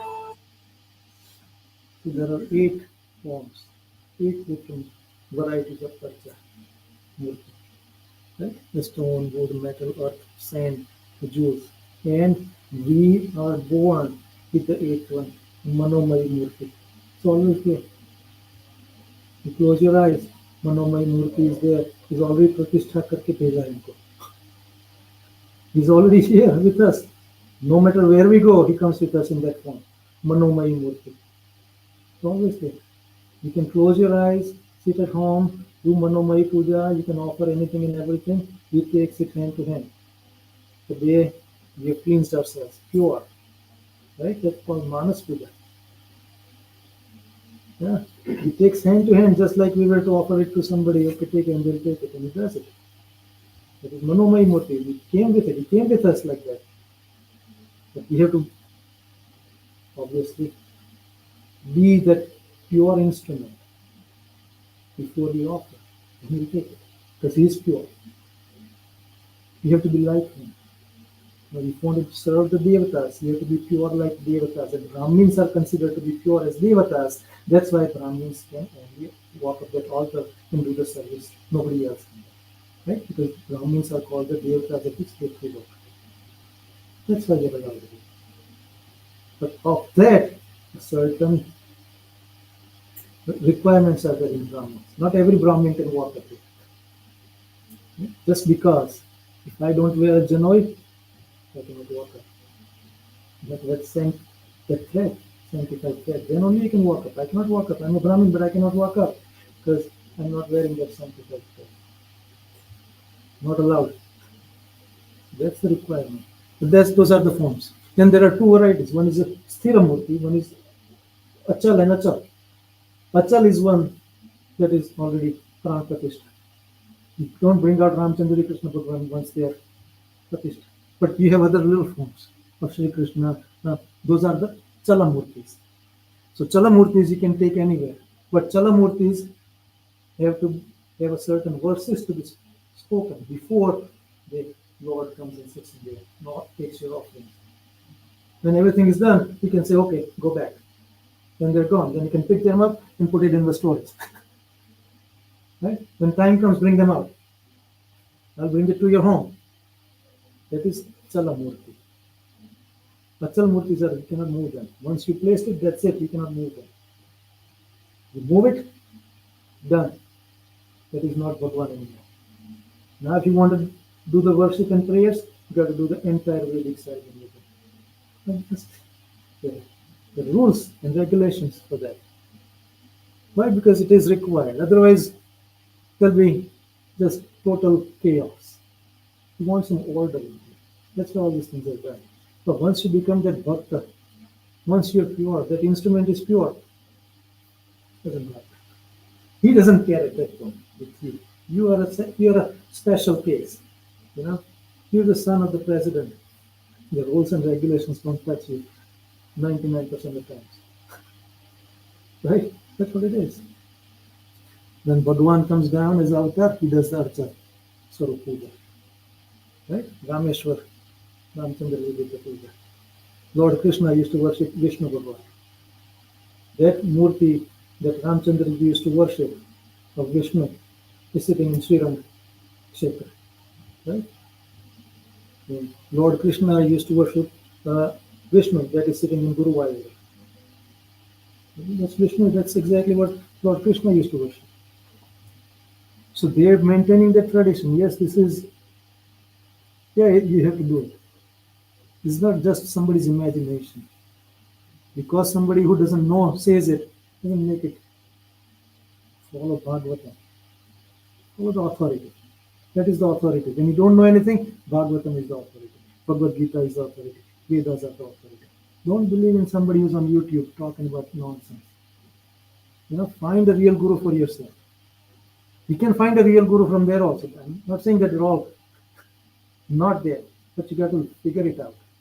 Then you have to go there and then spend some time and then realize that, no, this is the guru. But to be able to figure out that this is the guru, you have to be the true disciple before that. That mumukshutvam is required. You cannot just go and say, okay, this is guru. You have to be that true disciple. Then the guru also will recognize this is the person that I was looking for, right? Just like Ram Krishna Paramahansa was waiting for Swami Vivekananda, right? Narendra. He is here now. I was waiting for you. He took a long time to come to me. That's what he said. Right? And when he came, he did not believe in Bhagwan. He did not believe because Arya Samaj effect was on him. He doesn't believe in Vedas, doesn't believe in anything. All this is nonsense. Right? The only way to bring this guy like this back to sense is you have to do some parcha. Right? He showed some power. He touched his right great toe in his chest and boom, the whole thing just fell apart. And he started seeing Brahman. Right? The light and Brahman in there. Next day he's like, yeah, this is all real. What happened? The Guru changed it. Right? So it is there, but you have to find it. But you have to be that true mumukshu that the Guru will also feel like, no, I have to. This is why I'm here.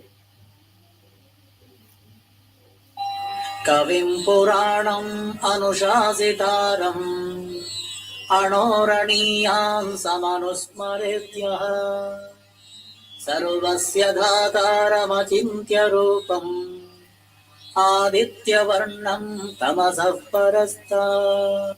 The Bhagavad Gita is telling us who Bhagavan is. Kavim Purana is beyond, he goes before everybody. He's beyond the darkness. Tamasa is beyond that tamas. Right? He's everywhere. You know, he's subtler than the subtlest. He's inside everything. He's inside Akshar because Akshar is the subtlest.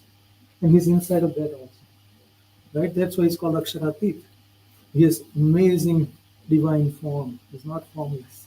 That's what Bhagavad Gita is saying. Even when he is beyond the tamas, he has a divine form. He's not formless. Don't fall for that. That is formless. Don't fall for that. You'll never be able to see or experience him in his real splendor. So this is what Bhagavad Gita is telling us, right? न मे विदुःसुरगणाः प्रभवं न महर्षयः अहमादिर्हि देवानां महर्षीणां च सर्वशः. So if you look at this image. This is, think of us walking in the temple and looking at the deity. Looking at the deity. He's saying, Name Vidu Suragana. Nobody knows who I am. Nobody can see me. You want to see me? I'll tell you how you see me. Right? Who he is पदं first. ब्रह्म परं धाम पवित्रं परमं भवान् पुरुषं शाश्वतं दिव्यम् आदिदेवमजं विभुम् न तु मां शक्यसे द्रष्टुम् अनेनैव स्वचक्षुषा दिव्यं ददामि ते चक्षुः पश्य मे योत् Right? Name vidu suraganaha. Nobody, not a single god or demigod knows me. Not even the Maharshis. I am the entity who was before them. Nobody knows me. I am the source from which they have come. That's why you don't know. Right? This is beyond that. Arjuna has seen that form. That's why he says Param Dharma, Param Dhamam, Pavitram. You are that everybody talks about. And then he says, Name Natu Mam Shakyase Drashtum. You cannot see me. I'm right here giving the darshanam, but you cannot see me. Anenaiva Swachakshusha. With your own eyes, you cannot see it. Let me give you my eyes, my vision.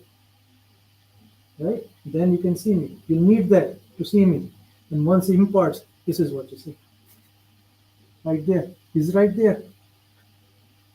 He's sitting there. He's giving darshanam. But without the divya chakshu. Divya chakshu means his grace, his krupa. His krupa only comes to the one who puts the effort. One who is mumukshu. One who really wants him and nothing else. You're not here just because I want to know. Just because. No, it doesn't work like that. You know? Chaturvida bhajante mam. Ye janana. Right? Artha, artharthi, jignasu, gnani cha paradashta. He's only available to the gnani, not the artharthi or jignasu. He's only available to them. Only the gnani. Gnani, why gnani? Ek bhakti vishishyata. I'm only here because of you. I want only you, nothing else. I don't want any powers or anything also. Right? I don't want any fame or anything. I just want you. Then he's available. That's when he opens the door of grace. That is called Divya Chaksha. And then you can see him. ब्रह्मणो हि प्रतिष्ठाहम् अमृतस्याव्ययस्य च शाश्वतस्य च धर्मस्य सुखस्यैकान्तिकस्य च अवा बहुनैतेन किं ज्ञातेन तवार्जुन विष्टभ्याहमिदं कृत्स्नम् एकांशेन स्थितो जगत्. The formless Brahman exists because of me. The form, the divine form. That's what I say in Bhagavad Gita. Yet, we believe that is formless. So many of us believe it. Why? Because we fall for somebody's sweet talk. Yeah? He is the basis of this. In eternal dharma, ekantik dharma is because of him. When the dharma is in jeopardy, is when he comes down. When ekantik dharma is in jeopardy, that's when he takes the avatar. He's establishing ekantik dharma, and eternal peace is because of him. There's no peace in this existence, no matter who you are. You know, you can be an Ishvara, but you don't have that peace. Peace is only when you're one with him. Right? All this knowledge he says, and then at the end he says, why all this knowledge? What is the necessity of all this? He asking me this many questions. All you got to know is the entire existence is supported by my mere one ansha. Ekangshem astita jagata. What is that ansha he's talking about? That Paraprakruti, that Akshar Brahman is talking about is that ansha. That is the power. That jiva, that one soul, that truly is there only for him. He's serving wholeheartedly. That's what he does. That's why he says, okay, he can support this. That's why he says, Ekankshen was only my one ansha. There are innumerable souls like this. Any single one can get this power imparted. One is able to support the whole existence. I don't even need to do anything. He's not even doing anything.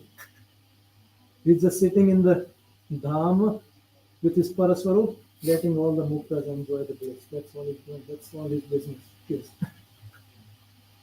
He only comes down when somebody tries to mess up with his bhakta. Otherwise, he doesn't have to come down. If there was a bhakta today, he has to come down if he was in jeopardy. Somebody was causing trouble to him. Otherwise, he doesn't have to come. He doesn't come for us because we're under Maya, Karma, Kal. They'll figure it out. Let them handle you guys. So, क्षेत्रज्ञं चापि मां विद्धि सर्वक्षेत्रेषु भारत क्षेत्रक्षेत्रज्ञयोर्ज्ञानं यत्तज्ज्ञानं मतं मम. so this is what I said. Intentionally certain words are there to confuse. I am that Kshetragna. Jiva is called the Kshetragna. This is the Kshetra, and the one who resides in there and knows this is the Kshetragna. Idam shariram kaunteya kshetra mitra vidiyate. Etatam vetiyo tatvam. That's what it says. The one who knows it is the Kshetragna. I am also Kshetragna, but what he says is Kshetragnam chapi mam. I am the Kshetragna of all that moves and that doesn't move. I am the Kshetra of sentient and the insentient. So he is the Kshetragna of the Kshetragna. I am the Kshetragna of this body, but he is my Kshetragna. At the same time, he is Kshetragna of this body also. Kshetragna chapi mam viddhi. So every Kshetra, and this is the real knowledge. Anything beside this is Agnan. Knowing this, Brahma, Jiva, Maya is the knowledge, and everything else is beyond, besides this is ignorance, is what he's saying in this verse. There are two ways to get there that we routinely see, and this is what their experience is. So we'll first see the ones who follow the formless Brahman. This is what Bhagavad Gita says. The ones who follow formless Brahman. क्षेत्रज्ञयोरेवम् अन्तरं ज्ञानचक्षुषा भूतप्रकृतिमोक्षं च ये विदुर्यान्ति ते परम्. Those who perceive me with the eyes of knowledge, the formless Brahman, ones who believe that Aksharam, that universal consciousness is Bhagavan, and I worship that. When Ramayana says that, Kadbhushan also talks about the same thing. They, when they know me, if they were to know me, not possible to know me just like that without worshipping the form. You cannot get the formless yet. For whichever way, whatever reason, however you figure it out. Then what he says is Viduryanti Tekaram. You know it, you merge with it. You're merged with it. Never to come out, not to enjoy that bliss either. That you merged in it to the point that you cannot enjoy the bliss of function. It is called Brahma Shushupti. And this is what it is. You sit here, I'm not saying people do are wrong or anything. I'm just saying this is what, because you're on the Bhakti Marg, we want to be on this side of the equation. They become one. They're happy in that thoughtless state. That can be achieved. But to be one with Aksharam, you got to be like Shankaracharya. It becomes one. Rarely, that's a rarity that can happen. When Shankaracharya says it's the same thing, he did it to them. We'll come to that. So they know Brahman, universal, become one with it and merge in it. Just like we go in deep sleep and merge with that Shushupti. That is our Shushupti, it's the darkness. We don't know what happens in that 6-hour period. Right? When we go to sleep, in that deep sleep, what has happened? We don't know. When we wake up, we know, oh, I was asleep. It was restful sleep. But I don't know what happened during that 6 hours. That is called Shushupti. Meaning we don't have any experience of it. We don't know what is happening here. Conscious experience. This is what is happening. That is Shushupti. When you enter in the formless path, you emerge into this light. It is like into the Brahman, just like Shushupti. Now you lose it. You can't enjoy it. It's called Brahma Shushupti. And there is another way. This is what Bhagavad Gita. भक्त्या त्वनन्यया शक्य अहमेवं विधोऽर्जुन ज्ञातुं द्रष्टुं च तत्त्वेन प्रवेष्टुं च परं तप. On the mark of bhakti, here it was only viduryanti, no and much. Here, gnatum, no, drashtum, see, praveshtum. You have ability to see me if you want to enjoy that my divine form, the bliss of it. If you want to be one with me and be like that, that's fine too. That is called nirvikalp samadhi, savikalp samadhi. Right? Nirvikalp state, savikalp state. That is the availability to bhakti marga. That's what it is. This is what we follow. Narsimha Mehta, Mirabai, Tukaram, right? These are all bhaktas that we follow. We're not the followers of Janak, Ashtavakra. We are on this side. This is what they follow. We follow this side. That's why we are in this temple. But if our understanding of Tattva Gnan is from here, on the Ashtavakra side, and we try to apply it here, not going to happen. It doesn't work that way. There's always be a block that something will not make sense to you. It's like, it doesn't make sense. Because your Tattva Gnan is on the other side. Your narration of Brahmaji Maya is different than what is in the Bhakti Marga. And that is what is required to be able to share all these things and become totally free and totally surrendered, full of love and devotion to Bhagavan when you get there. This is what Brahman is. There's so much to be said, but I thought this is where I can end for Brahman. From here on, we'll go to the next part. What is Advaita? How are these three one? Are we talking about three things? Brahma, Jiva, Maya. And everybody's talking about Advaita, only one. So how can three be one? That's where we'll go. What are the scriptures talking about? We can probably leave this for next time. I think it's already 2 hours. We'll take it to the next time. And then we'll talk on Advaita. And once we know what is Advaita, like in the first slide I said, who is Brahma, who is Jiva, who is Maya, or what is Brahma, Jiva, Maya, how it is Advaita, and how do I experience it for myself. So this is the fourth step, Advaita. And the fifth step is, how do I get to what path do I walk? How do I do it? That I can have that personal experience, that I can see that majestic splendor, the divine form of Bhagavan. That will be the first step. I think we can stop here because every step is going to be at least 2-3 hours. A lot of talking. So this is where we'll stop. Next time we'll go from here. What are the scriptures? How are they uniting all these three into one?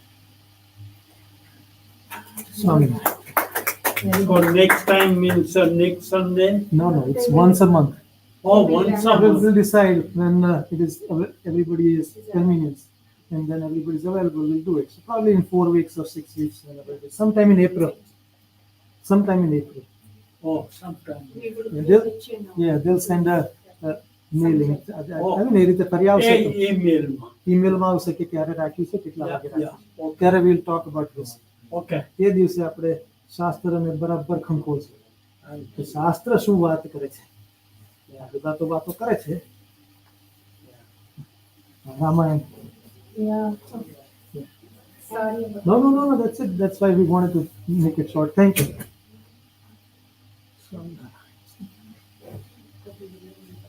So we can tell them to stop the live stream. Okay. Jai Swami.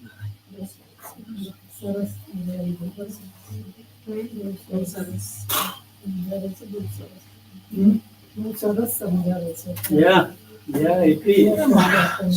It is.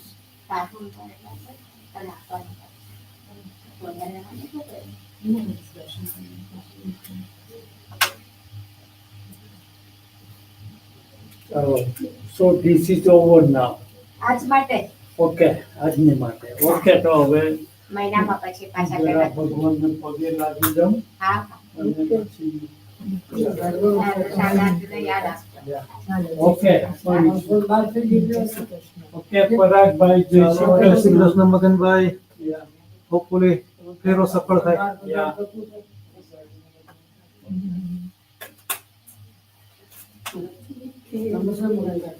કેમ છો? Yeah. Really, now for it, but done. Yeah.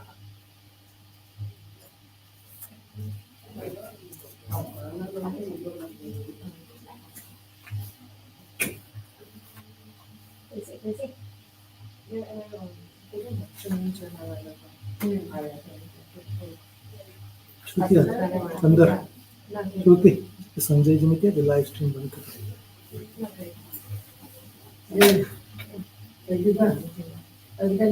नऊ startup चालू करो.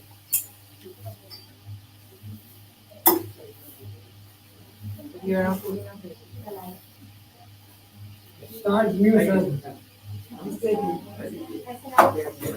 Start. Very good, very good job. Thanks, Varaji. do it yeah I still have two more sessions Two more sessions, yeah. I think Great job. Thank you. It's all because of your Ashirwad. You gave us before you left.